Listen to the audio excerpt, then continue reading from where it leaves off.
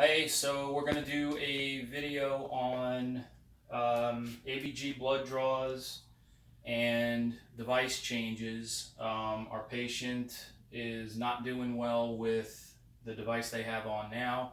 We're going to switch it over to something else and help them with their breathing and get their oxygen levels back up. And we're going to do a arterial blood draw for sampling to see how they're retaining CO2 and how their oxygen levels are as well. So the scenario we're using here, this patient, Mr. Jones, is a third floor general care unit. He's got AC membrane thickness. He wears 4 liters of oxygen at home, and he's currently on 4 liters by nasal cannula. His SpO2 is 78%. His respiratory rate is 28, and his heart rate is 110. So we're just going to make pretend I don't have a cylinder. So we're going to make pretend that this is on an E-cylinder. I've already checked to make sure that it's got the green color on it. It's got the oxygen label on it. So we know we're using the right gas. It's going to be standing upright in a proper carrier. It's going to have a PISS regulator on it, and that's what we're going to be. That's where he's going to be getting the 4 liters of flow from on the nasal cannula. With the ABGs, I'm going to do a demonstration of how to draw the blood with this wonderful fake arm that we have right here. Okay, so knock knock. I'm John with respiratory, Mr. Jones. So word is that you're not doing well with your breathing, that it's labored, and your oxygen levels are low. So we're going to change the device that you're on now, the nasal cannula, over to a non-rebreather mask, and we're going to up the liters from 4 liters to 15 liters with the mask. That should help with your breathing and get your oxygen levels up and reduce your CO2 retention. And we're also going to draw some blood from you, arterial blood. This is a little bit different from anything that you've experienced since you've been here. Those were venous draws. We're going to be taking blood from your artery, okay, and preferably your radial artery. And that blood is going to tell us how much CO2 retention you're having and where your oxygen levels are as well. We're going to do that first before we change the device so we can get a true reading, and then we'll go ahead and change the device for you. Okay, so with this kit, we have a sample bag to send the sample to the lab with a label, which we'll be putting on the syringe when we get the blood. We have our needle here. We have our alcohol prep, our Band-Aid, and our gauze. Okay, so and we have our cork over here too. So we're going to put the needle in there when we're done getting the blood. Okay, so the first thing we want to do is we want to make sure that the patient has proper perfusion.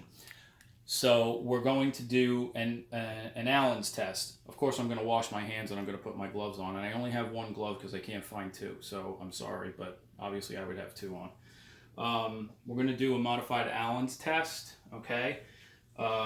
This is going to help to make sure that the patient's perfusing and has enough blood flow so that we can get the blood that we want. So what we would do is we would have the patient make a fist like this, and then I would hold down on the brachial and the ulnar. I'm sorry, the radial and the ulnar arteries, and I would put pressure on them like this while he's making the fist, and then when he releases, we're going to look for the color to come back into his hand, and it should come back in just a couple of seconds. If it's beyond that, then we could have a problem. Okay, so perfusion looks good. We're good there. We're going to go ahead and feel for the radial pulse. Okay, my assistant here is pumping on the little ball over there, and we're trying to get a good feel here. So I can feel the pulse right here. Okay, so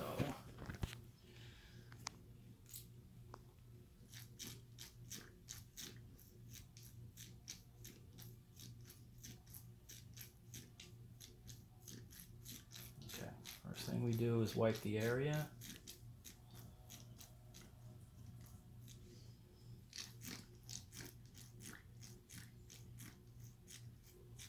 Bevel up on the needle on a 45.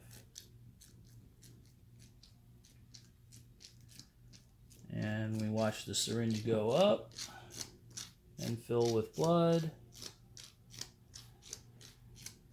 We got a little leak through the skin here, but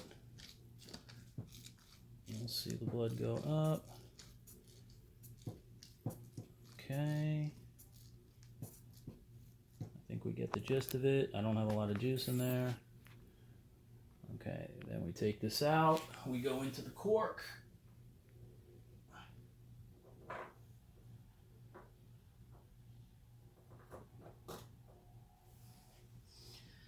Okay, then we hold pressure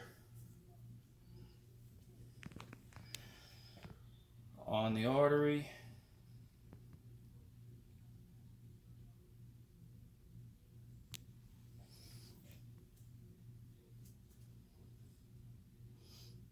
Okay, what I would do is I would keep the gauze there and then I'll put the Band-Aid over it. Like so.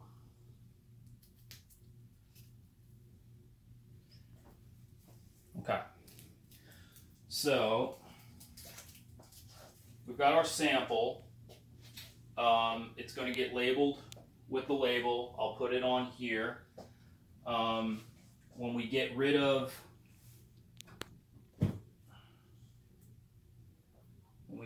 the sharps, we take our syringe, we put the label on here, we get rid of the sharps properly into the sharps container, label this. This will go into the sample bag like so. We have to cap it. I'm making a mess. There we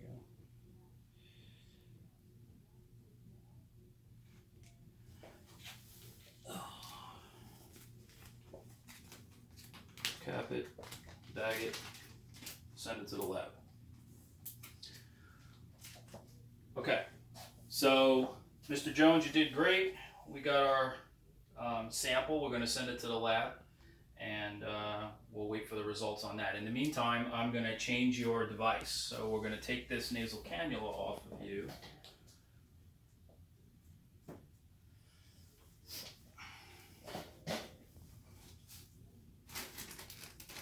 And we're going to hook up this non-rebreathant mask.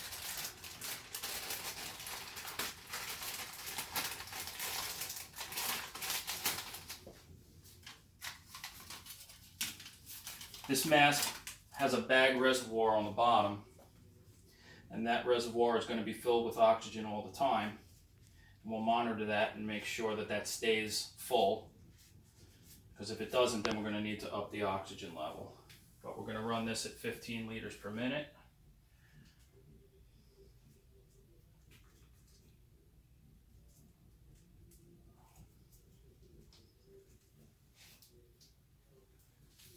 Okay, this will go over your face like this.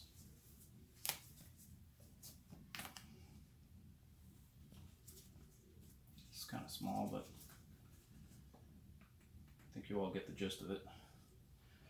Make sure this fits on here properly. Make sure everything's nice and tight. We always make sure that this bag is full. If this bag gets empty, it means we don't have enough O2 going in. So we would have to up it.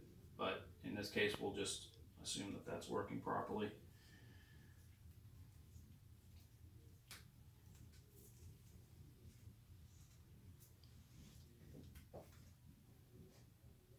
We run our line to the tank.